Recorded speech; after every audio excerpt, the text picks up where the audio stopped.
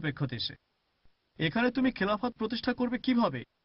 সারা জীবন ধরে দাওয়া দিবে, হয়তো ভালো মুসলিম হবে, কিন্তু খিলাফত প্রতিষ্ঠা করতে পারবে না। সেটাই তো মূল উদ্দেশ্য। এখন আমি তাকে কিভাবে বোঝাবো? ভাই প্রশ্ন করলেন যে আপনার বন্ধু মনে করেন খিলাফত প্রতিষ্ঠা করতে পারলেই সব সমস্যার সমাধান হয়ে যাবে। এটাতে আপত্তি জানিয়ে বলেছেন যে আমি তোমার সঙ্গে একমত নই। প্রথমে আপনার দাওয়া দিতে হবে। বন্ধু বলেছেন দাওয়ারও তো প্রয়োজন নেই। আপনার দুজনে ঠিক, দুজনেই ভুল। আপনার প্রশ্নটার ব্যাপারে যদি বলতে হয়, খিলাফত প্রতিষ্ঠা হলে এই সমস্যার সমাধান হয়ে যাবে, আমি একমত 100%। কথাটা ঠিক। আপনি বললেন আগে দাওয়া দিতে হবে, এই কথাও ঠিক। আপনার বলা উচিত ছিল তোমার কথা মানছি যে খিলাফত প্রতিষ্ঠা করতে হবে, তবে আগে দাওয়া দিতে হবে, তারপর খিলাফত প্রতিষ্ঠিত হবে। আপনি বলছেন কথাটা ভুল, এটাই ভুল। বলা উচিত ছিল তোমার কথা মানছি, কিন্তু খিলাফত প্রতিষ্ঠা করব কিভাবে যদি দাওয়া না দিই। কিন্তু বলেছেন তোমার কথা মানছি না, যে একবার যদি আমরা খিলাফত প্রতিষ্ঠা করতে পারি তাহলে সমস্যা থাকবে না। আপনার যুক্তিটা ভুল।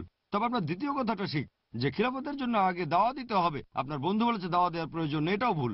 দুজনে অর্ধেক ভুল অর্ধেক ঠিক। বিভিন্ন স্তর আছে। ধরেন বানাচ্ছেন একটা বিল্ডিং, প্রথমে আপনি দেবেন ফাউন্ডেশন। নিশ্চয়ই এভাবে বলবেন না যে আমি 10 তলা বিল্ডিং বানাবো, প্রথমে 5 থেকে 10 তলা বানাবেন কি বাতাসে? যদি খিলাফত প্রতিষ্ঠা করতে চান, আমাদের নবী মুহাম্মদ সাল্লাল্লাহু আলাইহি ওয়াসাল্লামের জীবনী দেখেন। নবীর পুরো জীবনকে দুই অংশে ভাগ করা যায়, মক্কি আর মাদানী।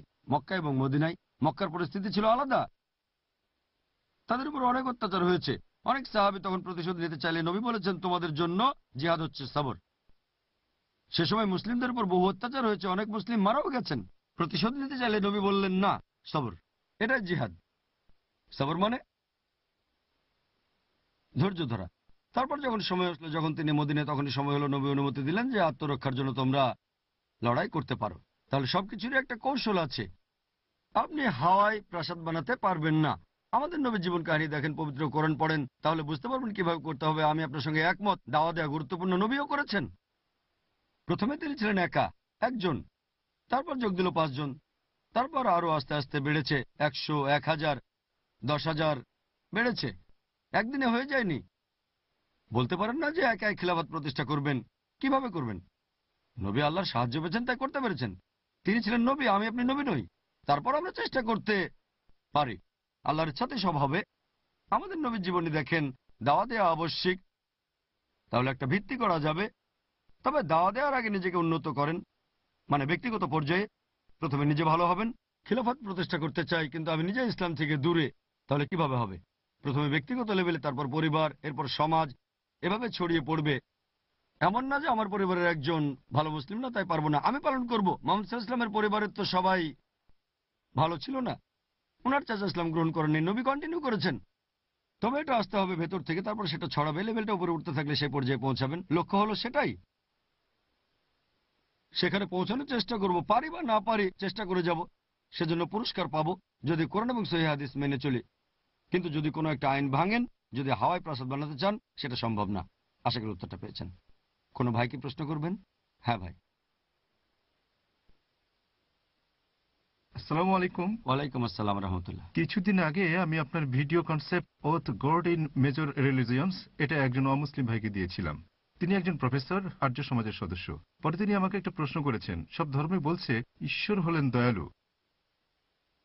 এখন হয়তো একই দিনে মুসলিম, হিন্দু আর খ্রিস্টানরা তারা নিজেদের ঈশ্বরের উপাসনা করল।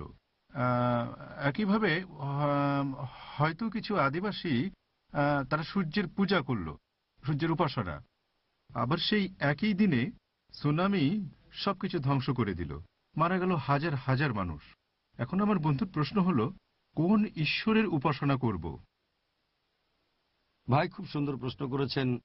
আমার video concept of god in major religions দিয়েছেন আর্য সমাজের বন্ধুকে। তিনি এটা মানেন যে বেশিরভাগ ধর্মই বলে ঈশ্বর খুব দয়ালু।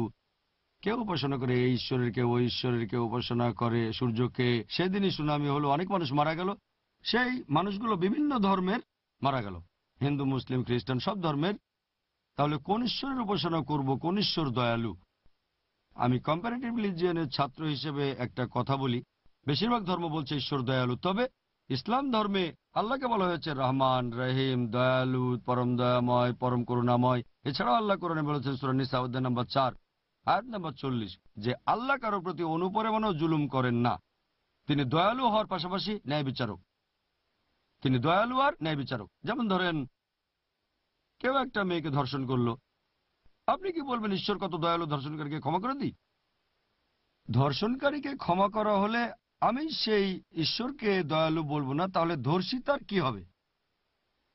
ধর্ষিত মেয়েটা তখন ঈশ্বরের কাছে গিয়ে বলবে এটা কোন ধরনের সুবিচার? ঈশ্বরই বা তার কি উত্তর দেবেন? না, আমি তো দয়ালু তাই ক্ষমা করে দিয়েছি। আপনি কি এটা মেনে নেবেন না? ঈশ্বর দয়ালু, একই সাথে সুবিচারক। তিনি সুবিচারের পাশাপাশি দয়াও দেখাবেন। লোকটার শাস্তি পাওয়া উচিত। তারপরে আল্লাহ যদি ক্ষমা করতে চান সেটা আলাদা ব্যাপার, কিন্তু শাস্তি পাওয়া উচিত। যদি ধর্ষণ করে আর ইসলামিক নিয়মে বিচার হলে শাস্তি মৃত্যুদণ্ড। এরপরে তওবা করার কারণে যদি আল্লাহ ক্ষমা করে দেন সেটা আল্লাহর নিজের ব্যাপার। তবে তিনি সুবিচারক, তিনি দয়ালু আর সুবিচারক।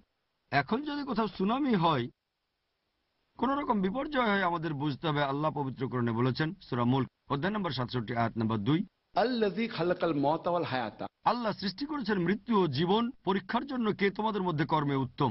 এই জীবনটা পরকালের জন্য পরীক্ষা। আল্লাহ পরীক্ষা করেন কে ভালো আর কে খারাপ। তাহলে যখন কোনো বিপর্যয় ঘটে, ইসলামিক শরিয়া অনুযায়ী, ইসলামিক নীতি অনুযায়ী কোন রকম বিপর্যয় ঘটলে সেটা হতে পারে দুটো কারণে। হয় এটা একটা পরীক্ষা মানুষের জন্য, অথবা এটা শাস্তি। যেসব মানুষ খারাপ, যারা আল্লাহকে অমান্য করেছে, তাদের জন্য শাস্তি। অন্যদের জন্য এটা পরীক্ষা। যার পরীক্ষা নেওয়া হচ্ছে সে ভালো হতে পারে, খারাপও হতে পারে। তাহলে হয় পরীক্ষা, না হয় শাস্তি। যদি কোনো কিছু ভালো ঘটে যে কোনো মানুষের জন্য, সেটা হয় তার পরীক্ষা অথবা পুরস্কার। লোকটা ভালো হলে সেটা পুরস্কার, যদি ভালো না হয় তাহলে হতে পারে পরীক্ষা। যে মানুষটা ভালো না, খারাপ। তাহলে আমরা বুঝতে পারছি যদি কোনো ভালো কিছু ঘটে সেটা পরীক্ষা অথবা পুরস্কার, যদি কোনো খারাপ কিছু ঘটে তাহলে সেটা হয় শাস্তি অথবা পরীক্ষা। তাহলে এই সুনামিতে অনেক মানুষ, হাজার হাজার মানুষ মারা গেছে। এখন এই যে হাজার হাজার মানুষ মারা গেল, এদের অনেকেই ভালো ছিল, ধার্মিক ছিল, তাদের পরীক্ষার সময় শেষ হয়ে গেছে। পরীক্ষার সময় শেষ, ঘন্টা পড়ে গেছে, খাতা তো জমা দিয়ে দিতে হবে, তাই না? তাহলে ভালো মানুষ যারা মারা গেছে তাদের সবারই সময় শেষ। সবাই যারা সেখানে মারা গেছে তাদের পরীক্ষার সময় শেষ, খাতা জমা দিয়েছে। পরীক্ষার সময় শেষ তার মানে এই না যে সবাই ফেল করেছে। ধরেন 3 ঘন্টা পরীক্ষা, সময় শেষ হলে টিচার সবার খাতা জমা নিচ্ছেন। আরে টিচার খাতা নিচ্ছেন, সময় তো শেষ, ফেলিস। সময় শেষ হওয়ার পরে টিচার খাতাগুলো চেক করে দেখবেন, হ্যাঁ এই ছেলে পড়াশোনা করেছে, ভালো, পাস, ফেল। তাহলে এখানে সময় শেষ হয়েছে। এদের অনেকেই ভালো মানুষ ছিল, আল্লাহর ইবাদত করেছে, আল্লাহর নির্দেশ মেনে চলেছে, তারা বেহেশতে যাবে। আবার অনেকে আল্লাহকে মানেনি, তারা ছিল অসৎ, ধর্ষণ করেছে, ধর্ম মানেনি, তারা যাবে দোজখে। যদি কেউ মারা যায় এটা কিন্তু কোনো শাস্তি না, তার সময় শেষ হয়েছে, টাইম ওভার, মারা গেছে, টাইম ওভার, পরীক্ষার সময় শেষ। কেউ হয়তো বাঁচে 5 বছর, কেউ 10 বছর, আবার কেউ 50 বছর। পরীক্ষার সময়টা এক একজনের ক্ষেত্রে এক এক রকম। কেউ মারা গেল মানে এই না সে খারাপ কাজ করেছে। এখন কেউ যদি মারা যায় তার পরিবারটা হয়তো বিপদে পড়ে যাবে। যারা মারা গেছে তাদের পরীক্ষার সময় শেষ, সেখানে অনেক লোক মারা গেছে। আবার অনেকে হয়তো বেঁচেও গেছে, একটা বাচ্চা বেঁচেছে, বাবা মা মারা গেছে, বাবা মা বেঁচে আছে, বাচ্চাটা মারা গেছে। এটা তাদের জন্য বিপর্যয় যে আমি এত ভালো মানুষ, আল্লাহর ইবাদত করি, কিন্তু আমার ছেলে মারা গেল। ছেলের হিসেব কিতাব হবে, পাস ফেল জানা যাবে পরে। এই বাবা মার এটা হচ্ছে পরীক্ষা। হয়তো বাবা মা খুব ভালো মানুষ, খুব ধার্মিক, তারা হয়তো আল্লাহ তাদের আরো পরীক্ষা করছেন যেন যেতে পারে জান্নাতুল ফেরদৌসে, উপরের ডিগ্রিতে।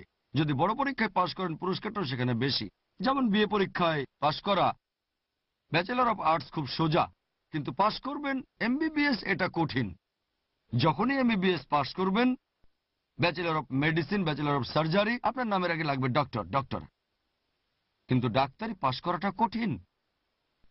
সহজ পাশ করা বিএ, এমবিবিএস পাশ করা কঠিন। মেডিকেল কলেজে সবাই চান্সই পায় না। এখানে আল্লাহ হতে চাচ্ছেন, এই বাবা মা হয়তো খুব ধার্মিক, কিন্তু আল্লাহ তাদের আরো পরীক্ষা করতে চান, দেখি ওদের কিছুটা বিপদে ফেললে আমার উপর বিশ্বাস থাকে কিনা, নাকি বলে আমরা এত ইবাদত করলাম, আল্লাহ ভালো না, ইবাদত বন্ধ করে দেব।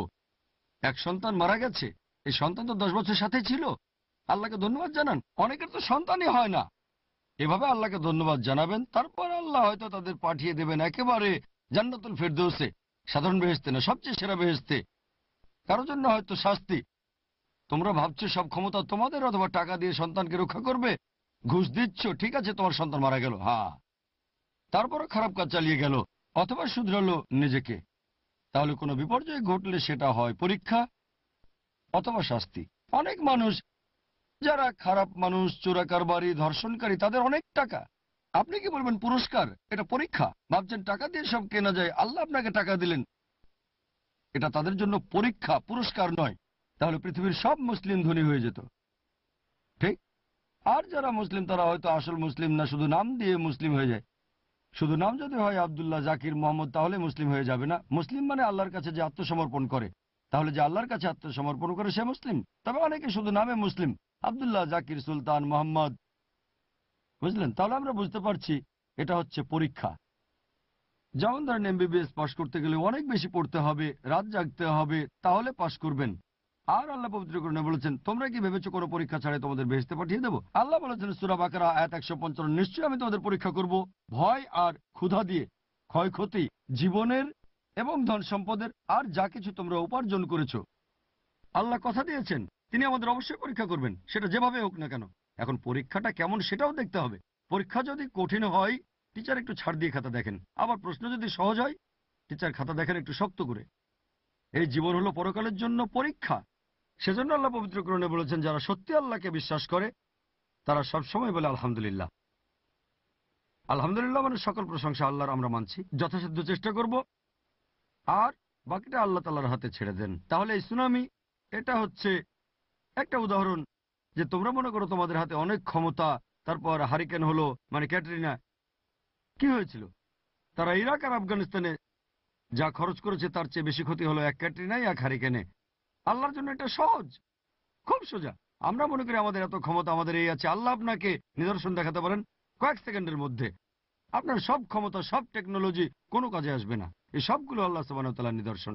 আল্লাহ পবিত্র কোরআনে বলেছেন সূরা ফুসিলাত অধ্যায় নম্বর 41 আয়াত নম্বর 53, सनूरिहिम आयातिना फिल आफाकी वफी अनफुसिहिम हत्ता यतबय्यन अन्नहु लक। আমি তাদেরকে আমার নিদর্শনাবলী দেখাবো পৃথিবীর বিস্তীর্ণ দিগন্তে এবং তাদের হৃদয়ে, যতক্ষণ না তাদের কাছে পরিষ্কার হয় যে এটাই সত্য। আল্লাহ তার নিদর্শন দেখাচ্ছেন, হোক সেটা নক্ষত্র, চাঁদ, অথবা হোক সুনামি, অথবা হোক ক্যাটরিনা, এটাই নিদর্শন। এই সুনামির কথা কে ভেবেছিল? একটা ভূমিকম্প হচ্ছে একেবারে সমুদ্রের তলদেশে, আর সেই কম্পনে বিশাল একটা ভয়ঙ্কর জলোচ্ছ্বাস, এটার কথা কে ভেবেছিল? এই নামটা আগে কে শুনেছিল? কতজন? 1%-এরও কম সুনামি শব্দটা জানতো, আমিও জানতাম না। এখন বেশিরভাগ মানুষই জানে। এটা আল্লাহর নিদর্শন। এগুলো আল্লাহর নিদর্শন, আর এই জীবন পরকালের জন্য পরীক্ষা। আশা করি উত্তরটা পেয়েছেন। ওয়াকির দাওয়ানা আলহামদুলিল্লাহি রাব্বিল আলামিন।